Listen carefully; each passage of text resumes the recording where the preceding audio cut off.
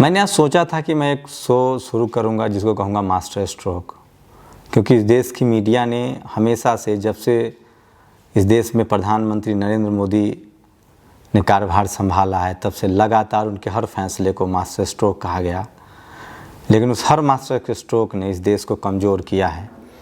बस फ़र्क इतना है कि जिस देश की मीडिया सत्ता के साथ दोस्ताना संबंध कर लेती है, यारी कर लेती है, उसके गोद में बैठ जाती है, उस देश का बटाधार होना तय है, और वो ही हो रहा है। मैंने सोचा था मैं रोज़ आपको एक कहानी बताऊंगा। नोटबंदी में जो मौतें हुई थी हम सब भूल गए। कहानी बताऊंगा CNRC के बहाने जो मौतें हुई वो सब भूल गए। कहानी बताऊंगा कश्मीर से 370 हटाने के बहाने जो हुआ वो भूल गए। कहानी बताऊंगा कि किस तरह से हम गोधरा कांड भूल गए। कहानी बताऊंगा कि इस देश में कैसे सिखों का नरसंहार हुआ वो हम भूल गए। कहानी बताऊंगा कि किस तरह से 50 साल कांग्रेस राज करती रही और सोनिया गांधी का 2 टर्म छोड़ दीजिए जिसमें मनमोहन सिंह प्रधानमंत्री रहे, उससे पहले किस तरह से सांप्रदायिक दंगे हुए। पूरे देश में सांप्रदायिक दंगे होते रहे। लेकिन अब जब हम 21वीं सदी में रह रहे, तब शायद मैं पत्रकार नहीं था जब सिख दंगा हो रहा था, तब मैं पत्रकार नहीं था जब इस देश में तमाम सांप्रदायिक दंगे हुए, चाहे वो भागलपुर हो, चाहे मंडल कमीशन हो। वो पढ़ता था, महसूस नहीं कर पाता था उस तरह से जिस तरह से महसूस करना चाहिए। आज मैं महसूस कर रहा हूँ। मैंने नोटबंदी में रिपोर्टिंग की, मैंने देखा लोगों को रोते बिलखते हुए। मैं लॉकडाउन देख रहा हूँ, मैंने CNRC देखा। मैंने सोचा था रोज़ एक कहानी बताऊँगा आप लोगों से। आज मैं आया था बिहार के टॉपर की कहानी कहने। एक OBC का लड़का जिसके पिताजी ट्यूशन पढ़ाते हैं और सब्जी बेचते हैं, वो टॉप करता है। आज मैं आया था माता रमाबाई का परिनिर्वाण पर आप लोग को उनको श्रद्धांजलि देनी थी, उनको आदरांजलि देनी थी। कैसे बाबा साहब के बनने में माता रमाबाई का किस तरह से योगदान है और किस तरह से बाबा साहब सदमे में चले गए थे जब माता रमाबाई का परिनिर्वाण हुआ था। मैं आज आ रहा था आपको ये बताने कि एक ब्राज़ील के राष्ट्रपति है बोल्सोनारो, जिसने कहा था कि नरेंद्र मोदी जो हैं वो हनुमान हैं। किस तरह से वहाँ की जनता उसको सड़क पे दौड़ा लिया और कैसे वो घर में छुप गए हैं। मैं इस पर बात करना चाहता था, लेकिन मैं क्या बात करूं। मैं डिजिटल मीडिया पर हूं, सोशल मीडिया पर हूं, मेरी लिमिटेशंस है। यूट्यूब पे इतने खतरे हैं, इतना प्रेशर बढ़ रहा है बीजेपी के खिलाफ, सत्ता के खिलाफ, RSS के खिलाफ। आप कोई भी वीडियो डालते हैं तुरंत नोटिफिकेशन आता है, एडवर्टीजमेंट नहीं आते हैं, आपको भूखे रहने के लिए मजबूर किया जा रहा है, सोशल मीडिया पर कब्जा जमाया जा रहा है। लेकिन शुक्रिया यूट्यूब, शुक्रिया फेसबुक, शुक्रिया ट्विटर, कम से कम वहाँ हम सब बात कर रहे हैं, दिखा रहे हैं। मैं ये सब छोड़ दूंगा। OBC बिहार का टॉपर, वो थोड़ा सा 2 लाइन ज़रूर बताऊंगा उसके बारे में। माता रमाबाई को मेरा परिनिर्वाण पर श्रद्धांजलि। उनको आप हैं, आप थीं तो हम हैं। लेकिन ये तस्वीर देखिए, मुजफ्फरपुर स्टेशन की ये तस्वीर है। हम दिखा नहीं सकते, मेरे एडिटर इसको ब्लर करेंगे। एक मासूम बच्चा अपनी माँ को उठा रहा है। उसकी माँ सोई हुई है, उसे लगता है सोई हुई है। ये पता है कौन है? आप लोगों को मुझसे घिन होने लगेगी, लेकिन मैं बता रहा हूँ। इस देश में जो सड़कों पर मर रहे हैं, नोटबंदी के दौरान जो मरे थे, इस देश में लॉकडाउन में जो सड़कों पर मर रहे हैं, इस देश में जो 1,000, 2,000 किलोमीटर पैदल चलने के लिए मजबूर हैं, जिनके पैरों के छालों से ये सड़कें 45 डिग्री टेम्परेचर में लाल हो रही है, जिनके घर में खाना नहीं है, उन सब की एक जाति है। बाबा साहब ने कहा था इस देश में जाति के आधार पर शोषण हुआ है और जाति ही इस देश की गरीबी है। मैं नहीं चाहता कि ऐसा हो, लेकिन अगर ऐसा इस देश के हर तबके के साथ होता, अगर ऐसा इस दर्दनाक हादसा, पानी के बगैर पीने को मजबूर, ट्रेन में मौत हर SC ST OBC जनरल के साथ होता, माइनॉरिटी के भी साथ होता, तो आज ये देश सड़कों पर होता, उबल रहा होता।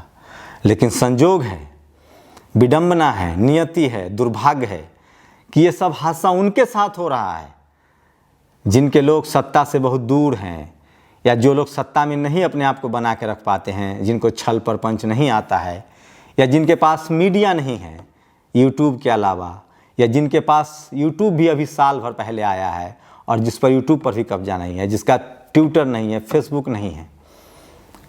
क्या जवाब देंगे आप हमें? ये मास्टर स्ट्रोक है, ये लॉकडाउन मास्टर स्ट्रोक है।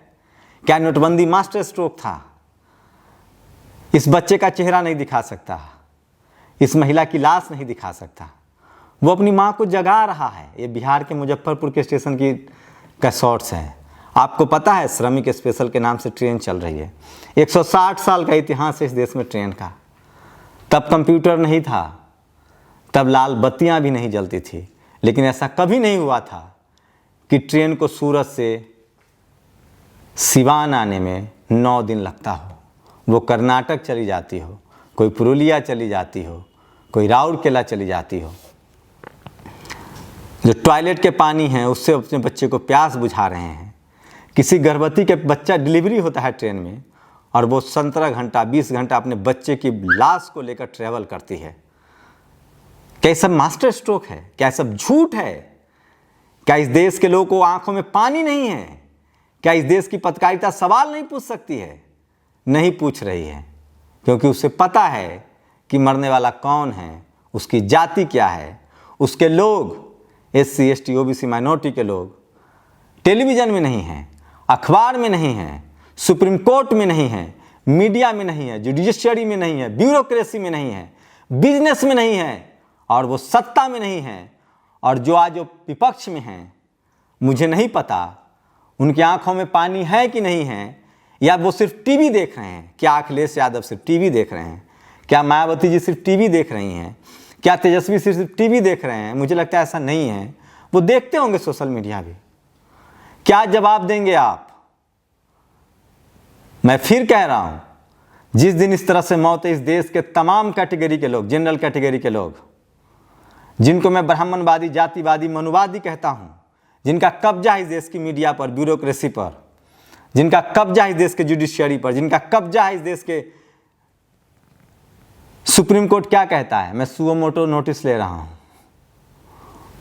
कब कहता है? 60 दिन के बाद, जब लाशें बिछ चुकी हैं, जब लोग 1,000 किलोमीटर 1500 किलोमीटर पैदल चलने के लिए मजबूर हुए हैं, जिनकी पाँवें घिस गई हैं, जो बिस्लेरी के बोतल के चप्पल बनाए हैं, जिन्होंने उन लोगों के सहारे दया पर भिखारी बनकर भोजन खाया है, खाना खाया है।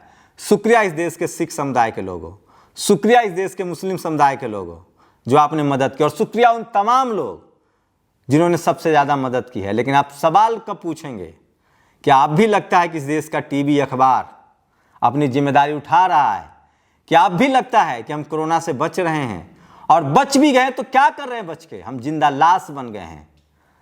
क्या जवाब देंगे आप इस माँ को? क्या जवाब देंगे इस बच्चे को कि तुम्हारी माँ इसलिए मर गई कि ट्रेन में पानी नहीं था, वो 4 दिन से भूखे थी? क्या कहेंगे आप? कोख का बच्चा जो धरती पर आता है वो मर जा रहा है, क्या कहेंगे आप? इस तस्वीर को क्या कहूँ? कौन लोग है अपनी माँ को उठाने की कोशिश करे? इस मासूम बच्चे को नहीं पता कि उसकी माँ अब इस दुनिया में नहीं है, लेकिन वो उठा रहा है। कैसी कैसी कहानियाँ बताऊँ आपको, क्या क्या बताऊँ आपको? इसी दुनिया में ऐसा नहीं है कि कोरोना महामारी नहीं है, मैं मानता हूँ कोरोना महामारी है, लेकिन पाकिस्तान से ऐसी खबरें आई क्या? बांग्लादेश से आई क्या?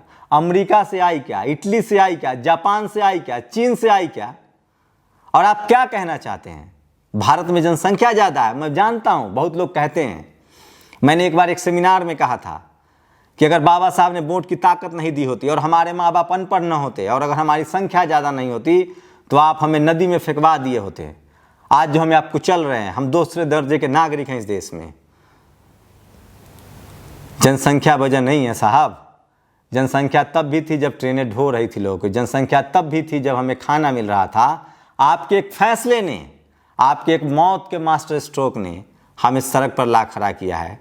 हम मेहनतकश लोग थे, हम लाचार नहीं थे, हम मजबूर थे, हम मजदूर थे, हम मेहनतकश थे, हमारे पैरों में ताकत था। हम ज्योति कुमारी हैं, हम 1000 किलोमीटर साइकिल खींच सकते हैं अपने बाप को बैठा के।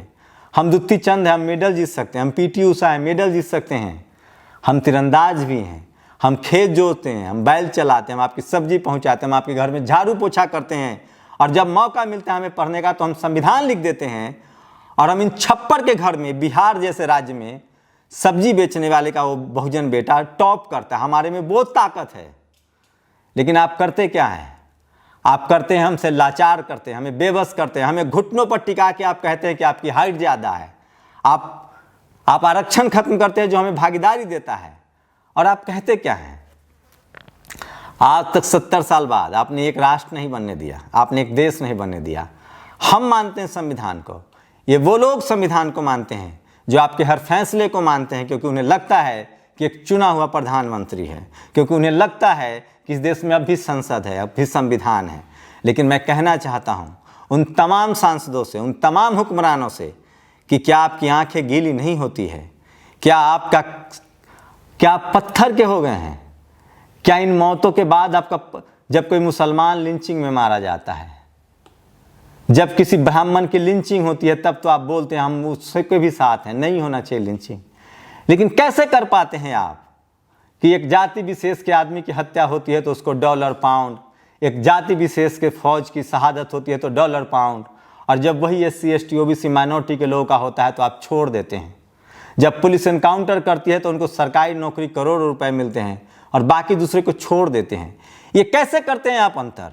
बताइएगा जरा हमें। आप इसलिए अंतर कर पाते हैं ना क्योंकि आप मीडिया में हैं, आप ब्यूरोक्रेसी में, आप जुडिशियरी में हैं, आप बिजनेस में हैं, आप कॉलेज यूनिवर्सिटी में हैं, आपने सारे ताकतवर जगहों पर कब्जा रखा है। आप इसलिए कर पाते हैं ना कि हमारे जो SC ST के 131 सांसद हैं उनका जमीर मरा हुआ है, वो चुप रहते हैं, वो नहीं बोलते हैं। आप इसलिए कर पाते हैं ना कि हमारे जो युवा हैं वो स्कूल नहीं गए, कॉलेज नहीं गए, वो मीडिया नहीं समझते हैं, वो वीडियो नहीं बना सकते हैं, उनके पास संसाधन नहीं। आप इसलिए कर पाते हैं ना। काश आप समझ पाते। क्या बताऊं आपको, कितनी दर्द की कहानी बताऊं। पूरी दुनिया में लॉकडाउन है, लोगों के घर पर पहुंचाया जा रहा है। आपके यहाँ क्या हो रहा है? ट्रेन में हम मर रहे हैं, सड़क पर हम मर रहे हैं। क्या कहूं, हमारे बच्चे अपने माता पिता को बैठा के ठेला चला के अररिया और बनारस से अररिया पहुंच रहे हैं। आप इसको मास्टर स्ट्रोक कह रहे हैं। कितनी कहानियां बताऊं, कितनी कहानियां बताऊं आप लोगों को, कितने, क्या बताऊं। एक बच्चा, आप पता कीजिए जाके उनकी जाति। जो लोग मुझे जातिवादी कहेंगे, मुझे पता है इस वीडियो के बाद बहुत सारे लोग मुझे जातिवादी कहेंगे, लेकिन मुझे बताइएगा आप कि मरने वालों की जाति तो पता कीजिए। और मैं जानता हूं ये मरने वाले जातिवादी, ब्राह्मणवादी, मनुवादी होते तो पूरा सिस्टम खड़ा होता। मैं जानता हूं इस देश में आंदोलन हुए हैं, मैं जानता हूं हम लोग सड़कों पर निकले थे निर्भया के लिए, मैं जानता हूं इस देश में टीवी डिबेट होता है जब किसी सवर्ण की एनकाउंटर होता है। मैं जानता हूं जब साधु मरते हैं तो सवाल पूछे जाते हैं, लेकिन तब क्यों नहीं पूछे जा रहे हैं जब आज 100 से ज़्यादा न जाने कितने लोग ट्रेनों में मर रहे हैं? तब सवाल क्यों नहीं पूछे जा रहे हैं? सोचिए, क्या कहूँ, सोचिए। आपके टेलीविज़न, अखबार, फरीदाबाद पुलिस ने ट्वीट किया है, इस देश का जो आर पावर रिपब्लिक है, जो अपने आप को राष्ट्रवादी चैनल कहता है, वो 20 दिन पहले का खबर चलाता है कि इंडोनेशिया फिलीपींस के जमाती गिरफ्तार हैं, जबकि वहाँ की पुलिस कहती है कि ये बहुत पुरानी खबर है, मत चलाइए। मैं जानता हूँ कि किस तरह से है, मैं जानता हूँ कि किस तरह से एक OBC के परिवार में बिहार के गोपालगंज में घर में घुसकर सरेआम दिन में गोली मार दी जाती है और उसका कुछ नहीं होता है। ये ताकत कहाँ से मिलती है? सत्ता से भी नहीं मिलती है। सत्ता में तो अखिलेश भी रहे हैं, लालू यादव भी रहते हैं, नीतीश कुमार भी रहते हैं, हेमंत सोरेन भी रहते हैं। ये सत्ता की ताकत है जब उसका कॉकटेल होता है, जब जातिवाद, मनुवाद, ब्राह्मणवाद को सत्ता का श्रेय मिलता है, प्रश्रय मिलता है, तब ये ताकत मिलती है। क्या कहेंगे हम आपको? हम जय भीम नहीं बोल सकते क्योंकि किसी SP को पसंद नहीं है। सोचिए, हम महाकाल बोलेंगे तब ठीक है। आप बताइए क्या करूं? ये पूरी कहानी, क्या क्या कहानी सुनाऊं आपको? मैं चाहता था वो सारी कहानी सुनाऊं। अखिलेश यादव का वो ट्वीट सुनाओ जिसको उन्होंने शेयर किया है। एक रेल का ड्राइवर पान वाले से पूछता है कि कानपुर जाना है, कौन सा रास्ता लूँ? क्या क्या कहानी सुनाऊं आपको? लेकिन मैं चाहता हूं कि आज वो कहानी नहीं सुनाऊंगा। आज वो सारी कहानियां सुनिए जो लगातार आपको झकझोर रही है। आज वो सारी कहानियां सुनिए कि किस तरह से लोग मर रहे हैं। आज वो कहानी सुनिए जब दानापुर में किस तरह से, सासाराम में, मुजफ्फरपुर में, गया में, बेगूसराय में, जहानाबाद में ट्रेनों में मौत हो रही है। 2 दिन के बदले 9 दिन में श्रमिक ट्रेन पहुंच रही है। आज सबसे बड़ी कहानी है, आज सबसे बड़ा मास्टर स्ट्रोक है स्टेशन पर मर जाना। आज सबसे बड़ा मास्टर स्ट्रोक है क्या कहूँ आपको।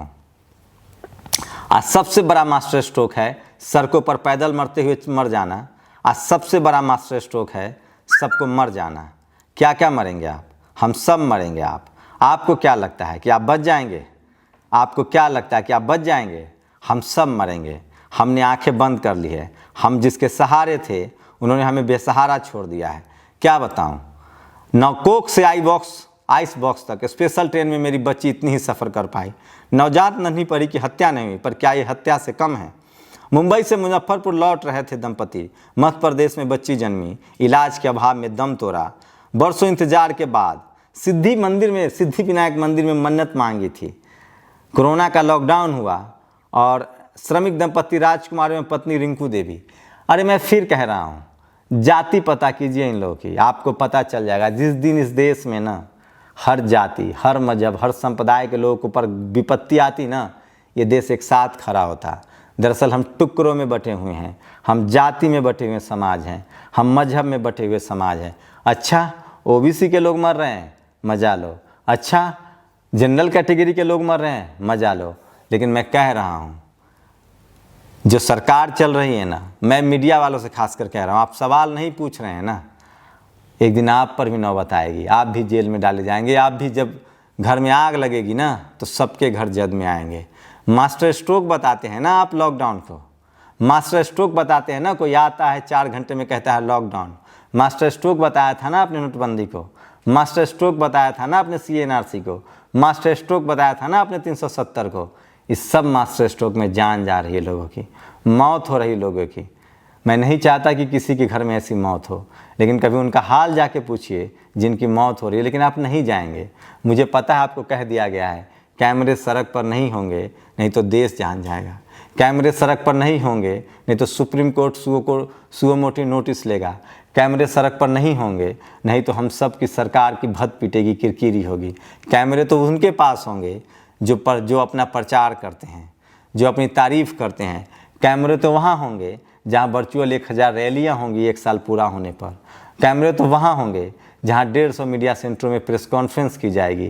कैमरे तो वहाँ होंगे जब कोई अपनी माँ से मिलने जाता है। कैमरे तो वहाँ होंगे जब किसी की माँ 5000 के लिए प्रधानमंत्री की मेरा लाइन में लगती है।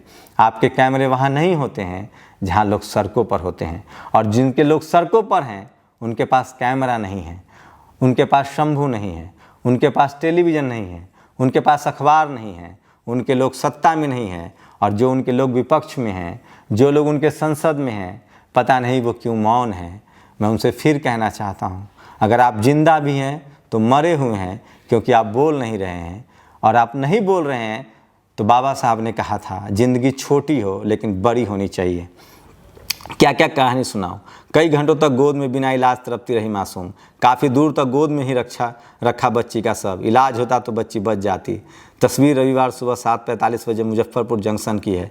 आइस बॉक्स की तस्वीर है ये, इसमें उस मासूम का शव है।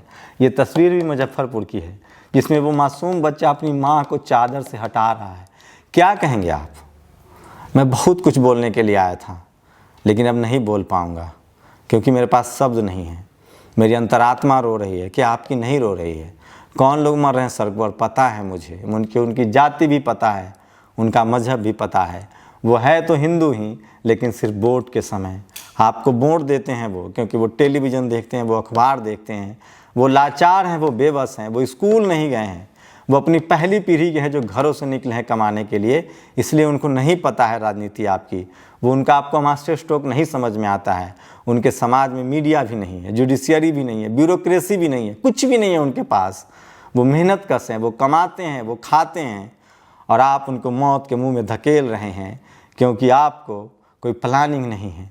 आपने बिना प्लानिंग के किया है और जीते जी। मुझे नहीं पता कोरोना की महामारी पूरी दुनिया में है, क्या कहीं ऐसी भी मौतें हो रही है 46 डिग्री टेम्परेचर में, जब 4-4 दिन लोग ट्रेन में सफ़र करते हैं भूखे प्यासे। मौत को कोरोना से तो फिर भी हम बच सकते हैं। बस दुनिया में सबसे ज़्यादा कम मृत्यु रेट कोरोना का है, पता है आपको? हम नाले में उतरते हैं, कोरोना से बच सकते थे, क्योंकि हमारा इम्यून सिस्टम मजबूत है, हम मेहनत कश लोग हैं, हमें डायबिटीज़ है, हमारी चर्बी नहीं चढ़ी होती है, हम बहुत मेहनत कश लोग हैं, हमारी तो अंतड़ियाँ सटी होती है, हमें तो कोरोना भी देख के पछताएगा। लेकिन आपने हमें भूख मार दिया। हम तो बस 2 वक्त की रोटी के लिए और सर छुपाने के लिए पूरी जतन करते हैं। आपने अपने मास्टर स्ट्रोक में साहब हमसे भी छीन लिया, वो भी छीन लिया। 1-2 का बात नहीं है सर, करोड़ों लोग इधर से उधर हो रहे हैं। क्या कहा जाए, ये मीडिया की नज़र में मास्टर स्ट्रोक है, मेरी नज़र में मौत का मास्टर स्ट्रोक है। आप मुझे जेल में डाल दीजिए, आप मुझे मार दीजिए, मैं मुजफ्फरपुर से लेके, मध्य प्रदेश से लेके, मैं औरैया से लेके, जो ट्रेन एक्सीडेंट हुआ था औरंगाबाद में, उससे लेके वो सारी कहानियाँ मैं बताऊँगा। आप मुझे मार दीजिए या जेल में डाल दीजिए, मैं जब तक ज़िंदा हूँ, जैसे ज़िंदा हूँ, आप मेरा यूट्यूब बंद कर दीजिए, मैं साइकिल से चल के, पैदल चल के, घूम घूम के कहानी बताऊंगा लोगों को। मुझे टीवी नहीं चाहिए, अखबार नहीं चाहिए, मैं सोशल मीडिया पर लिखूंगा, लेकिन मैं अपनी जिम्मेदारी से नहीं भागूंगा। ये मेरी नैतिक जिम्मेदारी है। मैं फिर कह रहा हूँ इस देश के बहुजनों को, अगर आपके पास मीडिया होता, आपके पास अखबार होता, आपके पास टेलीविज़न होता, आपके पास जुडिशियरी होती, आपके लोग होते, तो आपकी ये हालत ना होती। आपकी ये हालत ना होती। आपकी हालत इसलिए है कि आप कॉलेज में नहीं हैं, आप यूनिवर्सिटी में नहीं हैं, आप टीवी में नहीं हैं, आप अखबार में नहीं हैं, आप जज नहीं हैं, आप बैरिस्टर नहीं हैं, आप बिजनेस में नहीं हैं। इसलिए इस देश का जो बहुजन है, जो 85% आबादी है, उसी के हिस्से में मौत है, लाचारी है, बेबसी है। और जो इसको मास्टर स्ट्रोक कह रहा है, वो लोग हैं जिनके घर में खाना है, जिनकी मीडिया है, जिनकी जुडिशियरी है, जिनकी ब्यूरोक्रेसी है, जिनका बिजनेस है, जिसका यूनिवर्सिटी है। लेकिन मैं फिर भी कहूँगा कि मैं लगातार संघर्ष करूँगा, आपको आप तक कहानी पहुँचाऊँगा, आपको झकझोरूँगा, आपको धिक्कारूँगा। मैं कहूँगा कि संसद मौन है, सड़क पे हम लाचार हैं, बेबस हैं। मैं कहूँगा उन 131 SC/ST सांसदों से कि अपने आँखों का पानी मत मरने दीजिए। बाबा साहब ने अधिकार दिलाया, संविधान दिया, आप इसलिए SC/ST हैं, अब तो कम से कम बोलिए। मैं कहूँगा इस देश के तमाम विपक्ष नेताओं से कि अब भी मौका है। ये कोरोना से ज़्यादा बड़ी लाचारी है, और किसी की मास्टर स्ट्रोक का, किसी की लापरवाही का, किसी की गलती का हम खामियाजा भुगत रहे हैं, क्योंकि वो नाकाम है, वो असफल है, और वो सिर्फ छल परपंच झूठ का प्रोपेगेंडा रास्ता है। वो शब्दों का जादूगर है, लेकिन उसके पास हाथ खाली हैं, उसके पास देने के लिए कुछ नहीं है, उसकी नीयत भी ठीक नहीं है, उसके मन में जातिवाद है, उसके मन में धार्मिक कर्मकांड है, उसके मन में सांप्रदायिकता है। और अगर ये नहीं होता, मैं फिर कह रहा हूँ, इन मौतों पर वो लोग जश्न मना रहे हैं जो मुसलमानों के मरने पर खुश होते हैं, जो सिखों के नरसंहार करने वाले थे, वो लोग खुश होते हैं जो संविधान को गाली देते हैं, वो लोग खुश होते हैं जो जय भीम को नहीं मानते हैं, वो लोग खुश होते हैं जो आरक्षण के खिलाफ है। और आज जो सड़कों पर मरने के लिए मजबूर है, वो लोग हैं जो इस देश में बहुजन हैं, उनकी कोई कहने वाला नहीं है। आप लोग की क्या प्रतिक्रिया है? क्या ये मास्टर स्ट्रोक है या मौत का मास्टर स्ट्रोक है? अपनी प्रतिक्रिया ज़रूर दीजिए। मैं आपसे रोज़ बात करूँगा, रोज़ आता रहूँगा जब तक ज़िंदा हूँ। लेकिन आपकी अगर आत्मा नहीं है, मेरी आत्मा मर चुकी है, अब मरने के कगार पर है। अब मेरा ज़िंदा रहना, मेरा मरना कोई मायने नहीं रखता है। जिस देश में लोग भूखे मरने को मजबूर हों और खादान जो है वो भरा हुआ है, जिस देश में ट्रेन रास्ते भटक जाती है, उस देश के लिए कोई तो जिम्मेदारी ले। नहीं तो मैं इसकी जिम्मेदारी लेता हूँ, और मुझे लगता है कि शंभू कुमार सिंह, मैं इसका जिम्मेदार हूँ। और शायद मैं अपनी बात इस देश के प्रधानमंत्री, राष्ट्रपति तक नहीं पहुँचा पा रहा हूँ, इसलिए तमाम मौतों का जिम्मेदार मुझे माना जाए और मुझे सूली पर टांग दिया जाए, लेकिन इन तमाम लोगों को बचा लिया जाए। ये मेरी गुजारिश है। आप लोगों की क्या राय है, ज़रूर बताइए। नेशनल दस्तक की आपसे गुजारिश है कि अगर इसको बचाना चाहते हैं तो नेशनल दस्तक को सब्सक्राइब करने के लिए रेड कलर के सब्सक्राइब बटन को दबाएं, फिर बेल आइकन की घंटी दबाएं। नेशनल दस्तक को बचाने के लिए बहुत जरूरी है कि हर खबर को शेयर करें, लाइक करें, कमेंट जरूर करें।